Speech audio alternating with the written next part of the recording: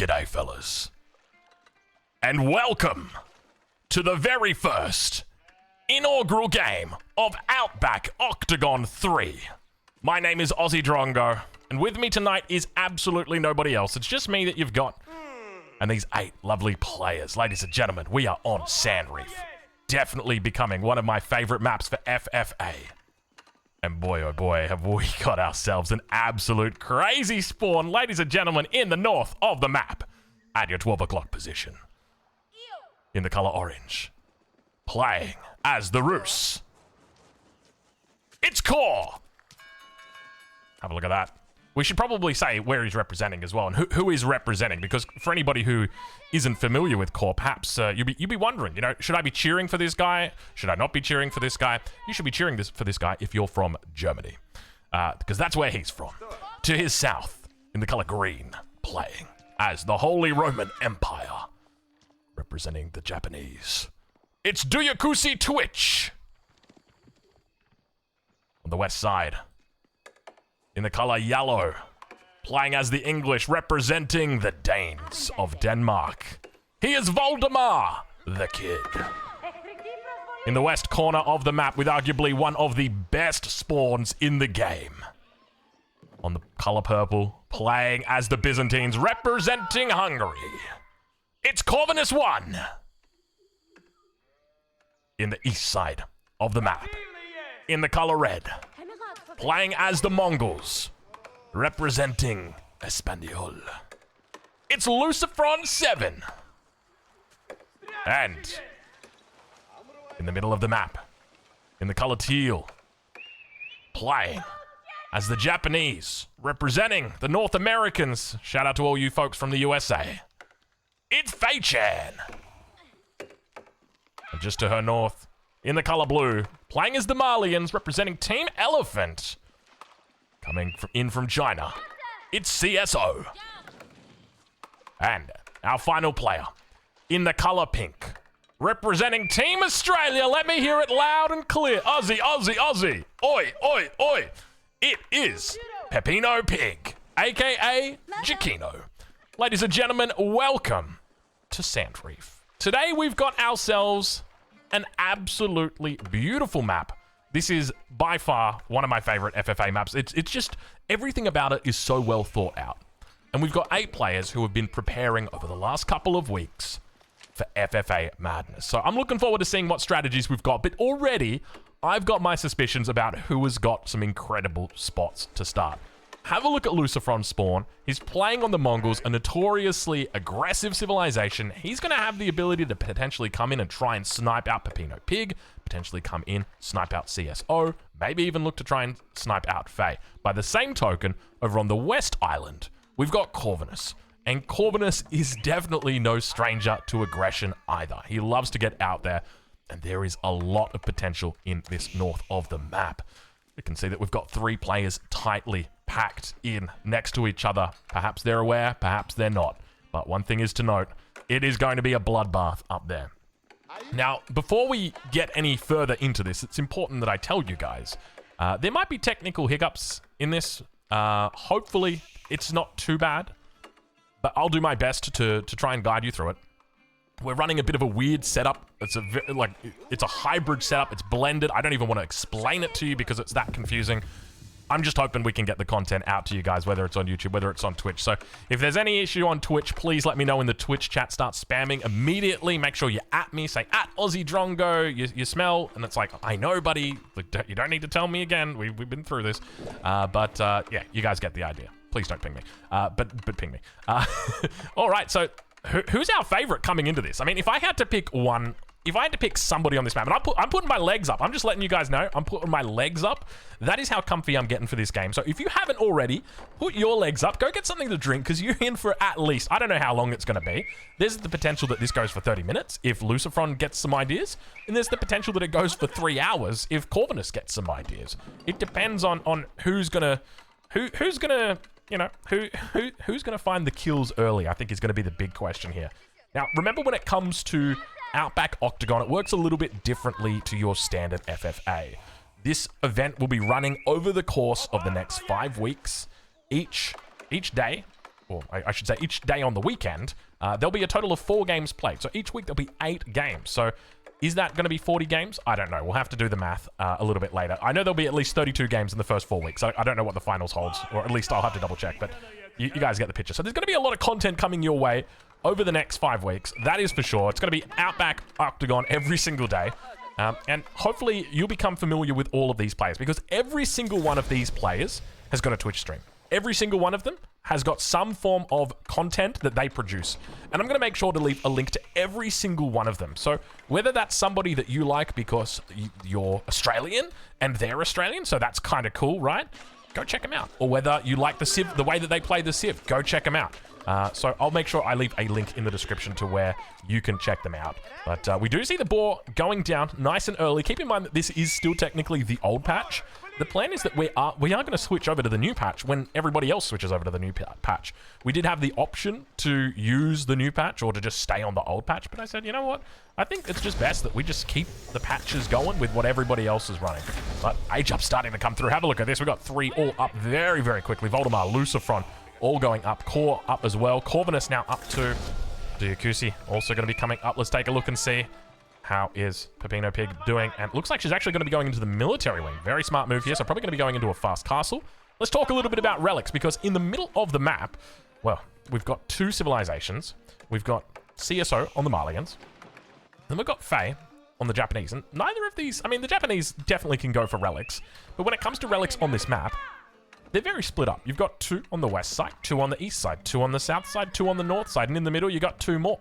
A total of 10 relics. So it doesn't really favor a civilization like the Order of the Dragon or the Holy Roman Empire here. So it means for Diakusi, he's going to be really fighting as hard as he can to try and deal, or to try and secure some relics. So good luck to the man. Good luck to the man. Town Center going to be coming up. 2nd TC for Core in the north of the map. Going to be hunkering down here. Holding on for dear life. That is almost certain. He's got a decent spot. If he can keep himself alive, he'll be okay. But I think that's going to be the hardest part, is convincing people that he is not a threat. When realistically, there are so many people around him that are probably going to think he is a little bit of a threat. Now, one thing to note is that when it comes to civilizations this year, we're going to be picking the civilizations a little bit differently. Previously, we had everybody go for random civilizations. So that meant that, got CSO that's just aged up. So that meant if you had 8 people in a lobby randoming, that 4 of them or 5 of them could all get the same civilization. And we actually had that in one game in particular. I remember the French on Tasmania were picked, and boy oh boy, that was a fun game. I think that was the one that Don Artie was raging at Striker. It might be that one, but have a look at this. We already got the king out early. Voldemar. Oh, Voldemar. Now, this is cheeky. Why is this cheeky? Voldemar is making enemies already with Corvinus, and I feel like Voldemar might not have any shortage of enemies in this game. So perhaps this is a smart move. Maybe he's decided to let the other 2 fight amongst each other and just kind of said, hey guys, I'm just going to wall up. You guys fight it out over there. There's not going to be a lot of land left, though. That is for certain. Yeah, one thing to note as well is that we don't actually have chat this week. We should have chat next week. So that means in about, so if you include this video, 8 videos time, we'll have chat. Mainly because we were trying to get chat sorted and actually have it in-game. But the truth is, the guy that makes the hacks for Age of Empires 4, we contacted him, and he was like, nah, we can't do it. There's no way to get the data. I'm like, this guy's telling me there's no way to get the data? All right, that's somebody that I trust with that kind of information. But anyway, it's a sad fact, but we'll have to resort to the older arts is probably the better way to say it. The dark arts. Age up comes through. It's Diakusi with the Burgrave Palace. Keep in mind, he is playing the Holy Roman Empire here, not the Order of the Dragon. And this is quite secretive as well. Take a look at the positioning here. He could have put this on the front if he wanted to, and he's decided not to. It's going to be men-at-arms coming through. This is quite an early age up as well. I don't think you guys can actually see it. It's 10 minutes. Actually, you can see it right here. It's 10 minutes into the game. So it's very, very early, but have a look at this. Beautiful scouting going to be coming out here from Core. Core spots exactly what the threat is immediately. Now, keep in mind, he is playing the Rus, so he's got access to walls. I wouldn't be surprised if we see him look to try and get a castle age very quickly. Alternatively, he could look to play into knights, but this is very dangerous to do, especially against the Holy Roman Empire with their access to heavy maces.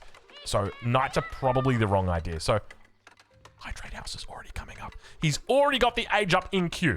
As long as he can get this wall up and manage to keep himself safe, he will be absolutely fine. The High Trade House into the inter-crossbows, he'll be absolutely fine with that. Not a problem at all. Meanwhile, over on that southeast side, take a look at this. We've already got some water aggression coming out. CSO getting bullied up the water by Lucifron, saying, hey, buddy, this is my pond, and you ain't going to be sticking around on it. Meanwhile, towards the north side, have a look. We got 4 players out here just looking to grab a little bit of fish out here as well.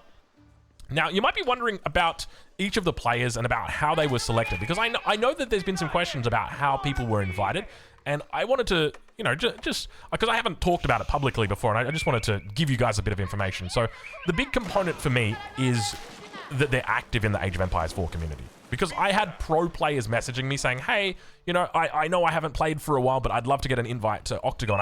Multiple pros, people that I would have loved to have had, exciting players, really talented people. But the truth is, I think it's important to support the AoE 4 scene. And the people that are in Outback Octagon are active AoE 4 players, and they're active AoE 4 creators. And that was something that I really wanted to you know, consider when we were making the decisions here. So that's why, you know, earlier when I said everybody here is a creator, I mean that sincerely. Everybody here is regularly making content, so make sure you go check them out if you're interested. That wasn't the only metric that we used, but that was a very large weight for it. But we'll take a look over on the Australian side. She's going to be my favorite for this game, just because it's the only representation we've got. You know, considering back to where we were in Outback Octagon 1, where we had, like, what was it, like the triple Australian, quadruple Australians or something like that? I remember it was ridiculous. We had Snooper and Hut and, oh my God, we had Dinky. We had so many Australians back then. You remember the Australian Alliance? God, that was crazy. They went to that silly island. Oh, gosh.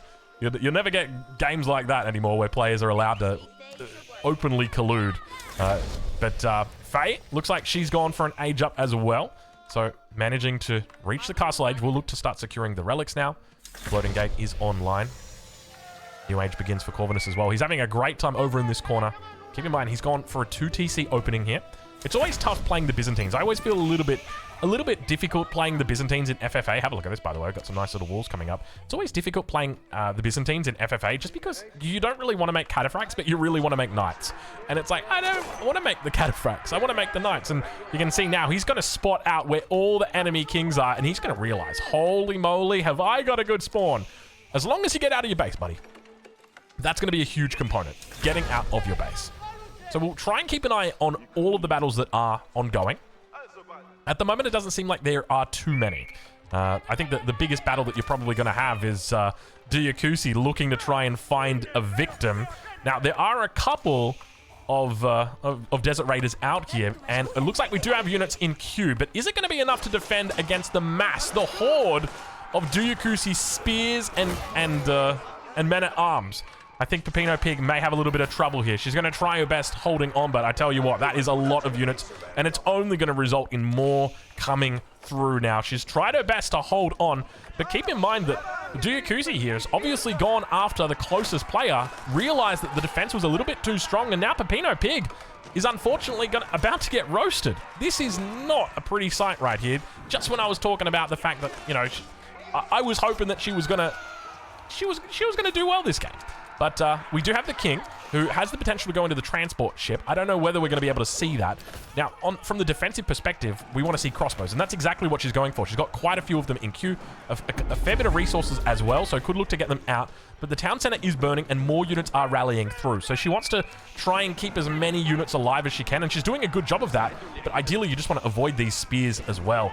It's really tough when they start mixing in the spears, because these units just, you know, they're cheap, and they don't really get countered that well by crossbows. But numbers starting to build here over on the east side. Keep in mind that king is still inside the town center.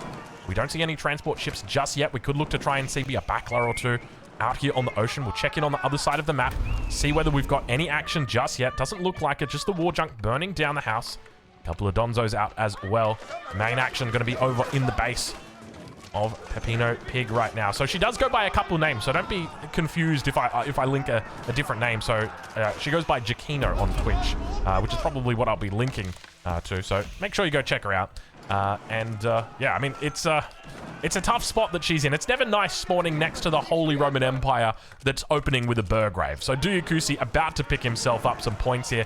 As long as Pepino Pig doesn't look to get herself out of the fire right now. You can see that she might have got an idea about how she wants to defend this. As long as the king needs to run over towards the shore. I think that's the best bet right now for her. She does have a bit of a build-up starting to happen over on this right-hand side as well.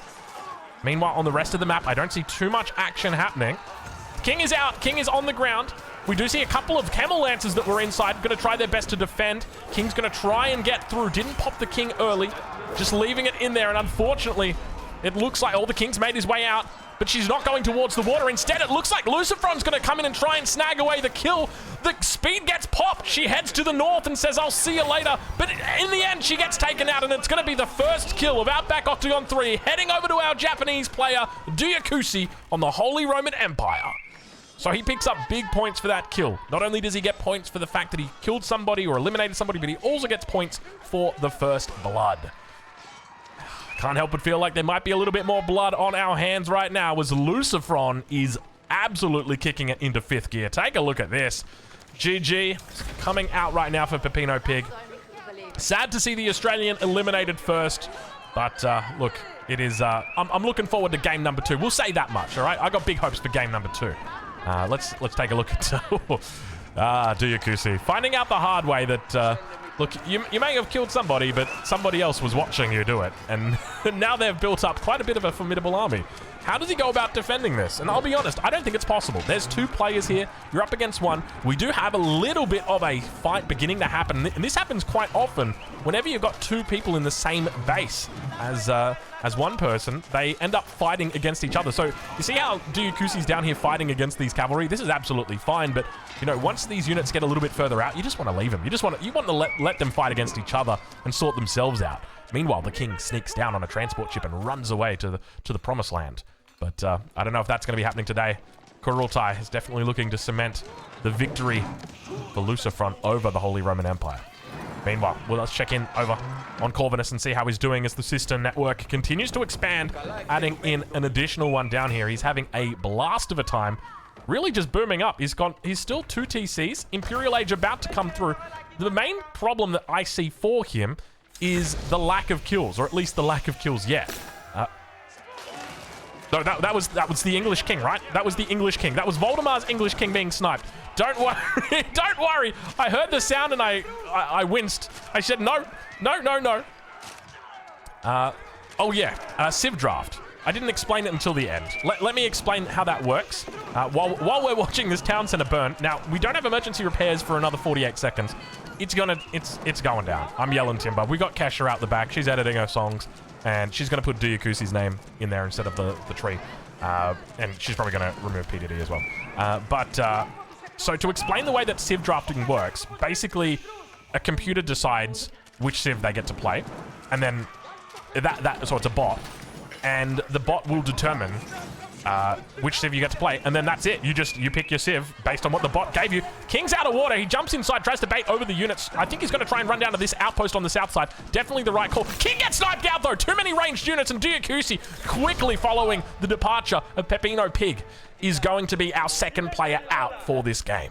Lucifron now looking to take out an additional player. He has come in absolutely looking to bring the steamroller out. Have a look at this. So, because the issue was that a lot of people were getting the same civilizations. So Cal said to me, what if we just made a bot that just gave everybody random civs and they couldn't have the same civ? I was like, that's a great idea. And then he came up with a bot, and then it had a fatal flaw. It was that the first player on the list got to pick from all the civs. Well, not got to pick, but was given the opportunity to have any of the civs, while the last player couldn't have 7 of the civilizations. And, you know, at the end of the day, you can look at that and be like, yeah, but that's just the way the cookie crumbles. Cal said no. Cal said, well, we're going to make it so that we're going to keep randoming until everybody gets a different civilization on that roll. And I was like, Cal, you're an absolute genius, and you produce milk. That is amazing.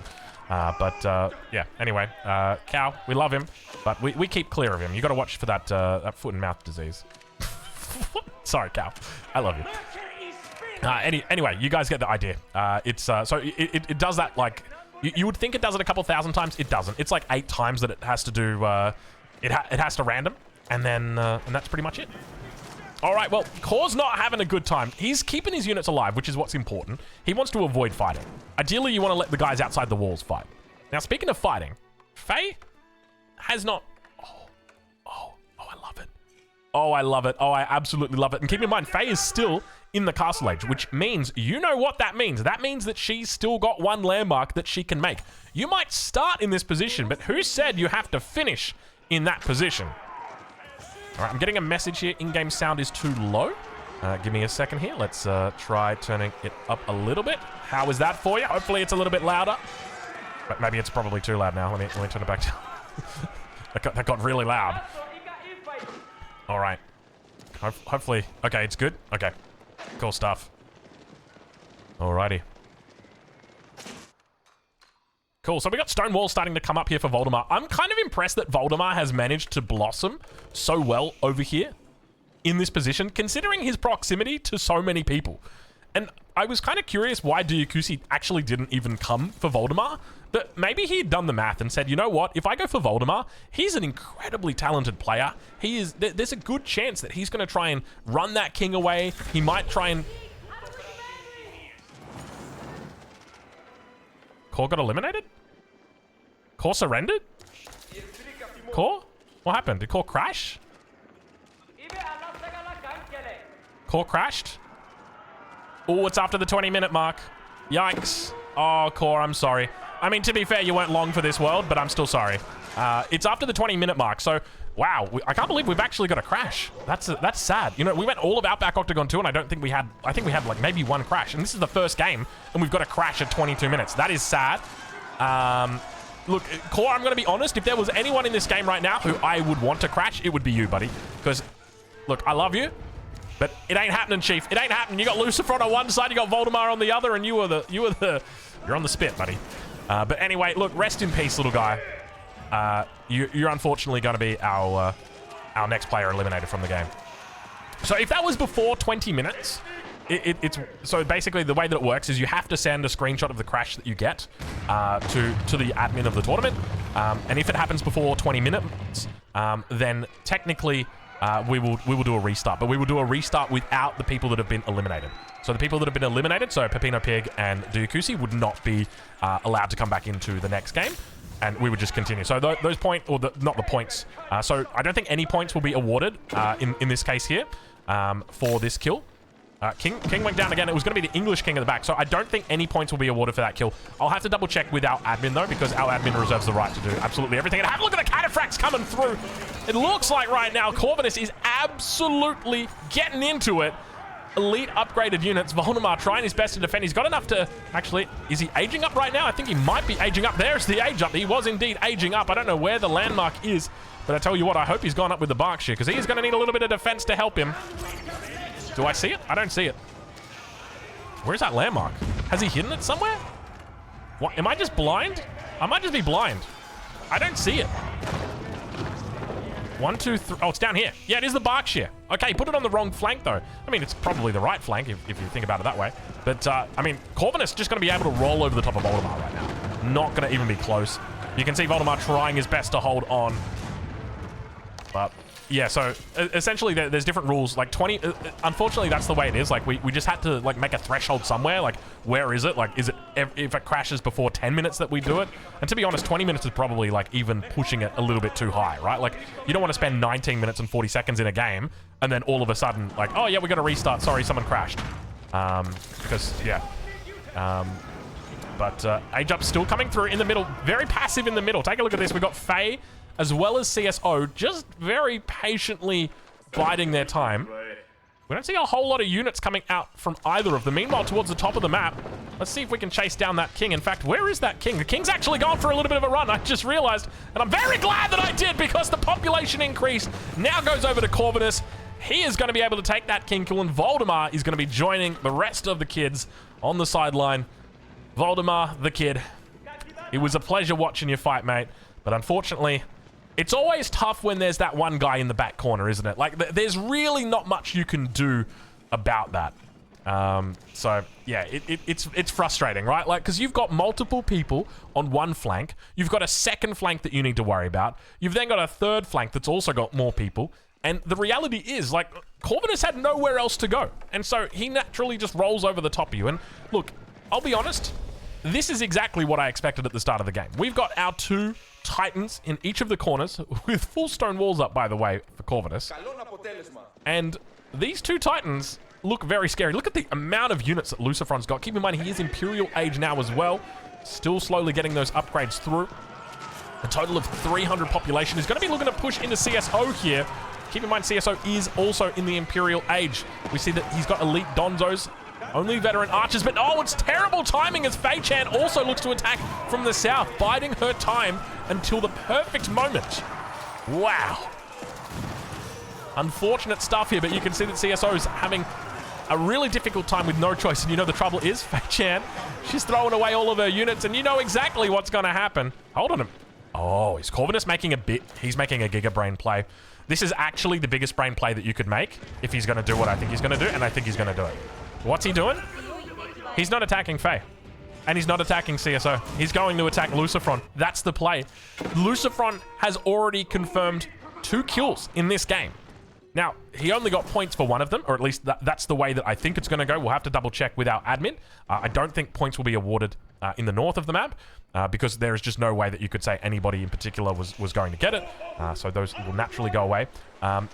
So we've got a specific rule that says if a king is white, so in this circumstance here where the king was white, that means it's not in play anymore, that points aren't awarded for that. But they are awarded for the elimination of the player. And because the player was eliminated by a crash, doesn't really count. Yeah, I think this is a very smart move by Corvinus to be doing this. Meanwhile, towards the middle of the map, like, Lucifron is going to be cleaning up kills, that is for sure. But the question's going to be about whether he's going to be able to clean up his own base. Behind this, there are stone walls, but CSO going to be a little bit preoccupied with other things. King now makes his way to the Fort of the Huntress. Let's do a quick king check. Can I get a king check on aisle 3? Doesn't look like the king has migrated down to the south just yet. Still going to be in the primary town center. Do we have a transport ship? We have a junk. We have a junk. Just a single junk.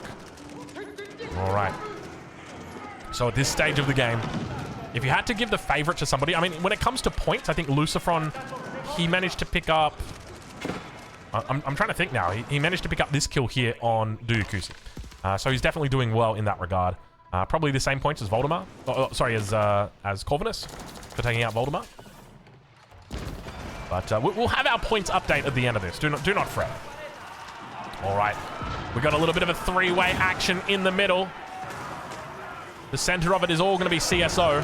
It looks like you can see how smart Lucifron is. The moment he sees units from another player, he just falls back and says, you know what? If you guys are going to fight, go for it.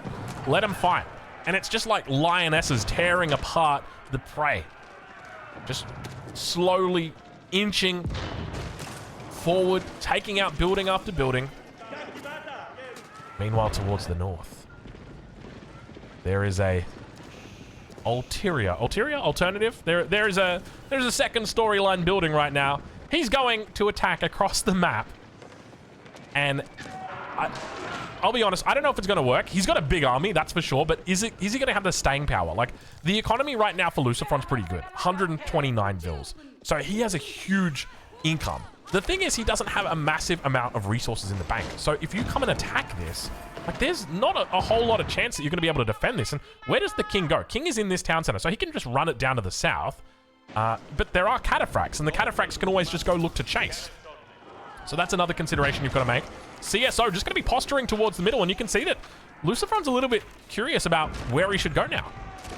Meanwhile, the defense is coming in. Oh, Zuta on the back line. Have a look at this. Meanwhile, towards that top side, villagers might get caught in the migration. It could be a red flag, though. I would just avoid this. I would say, you know what? Villagers, go for it. I'm not even going to touch you. King out of water. Get him, boys.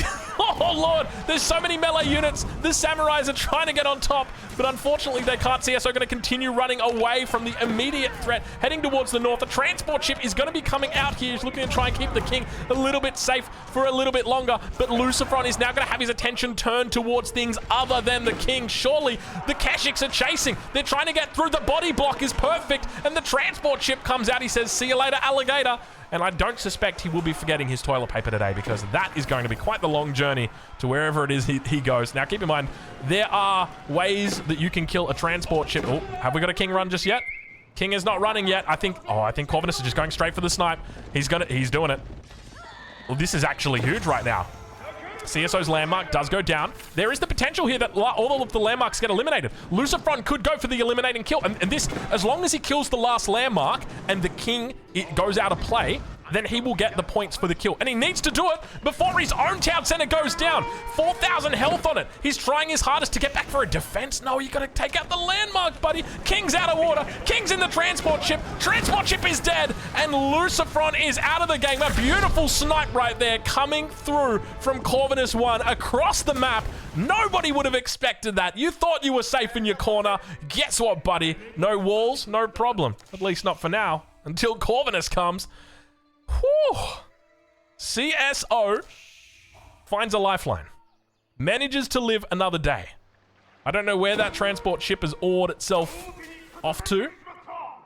There he is, nice and safe. But he does currently just sit chilling with John Cena in the back of the limousine, biding his time. We're going to keep an eye on this transport ship. Now, one of the things to note in this mod is we made a couple of balance changes.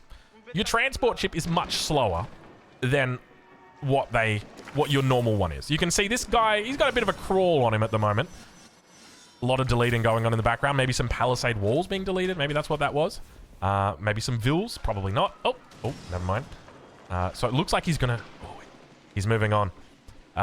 So yeah, we've intentionally made the transport ship a lot slower. And the reason why is just because we wanted to stop people being able to run away. You know, that's very clear that we've got that ability now. You know, that's very clear that the transport ship doesn't have that ability now. The other thing is that the transport ship now takes bonus damage, a lot of bonus damage from Springalds. So I think Springalds do like plus 1,000 bonus damage against transport ships, so they like one-shot them. It might be a two-shot, actually. I think it's like plus 200 damage. And then demo ships also do like plus 2,000 against transport ships. So... basically, Springalds and demo ships can kill. King on the run right now, and he's having a little bit of... Hold on. There are units over here. Where's this king going? Is he trying to... He's trying to start a new life. But he's going to run into the traders, and he's just going to hope right now... Now, technically, Corvinus could just come after this Saharan trade network, and he would pick up the points for the kill. I don't know if he knows that, though, because we've only just clarified those rules. Because normally it was all about, you know, the king snipe. And if you look back at Outback Octagon 3, or sorry, Outback Octagon 2, we didn't actually have landmarks as a condition. Oh, the Lange Connect on the village! Oh, no! Villagers, that's not how you do it! You don't fight Lange Connect on the 1v1! Oh, those poor villagers. But the king is going to go down, and Corvinus 1's going to be picking up another point right here for the elimination of CSO in the Imperial Age. Oh, those poor villagers right before the end. It was a sad, sad time. But look, at the end of the day, he had Fei Chan hot on his heels.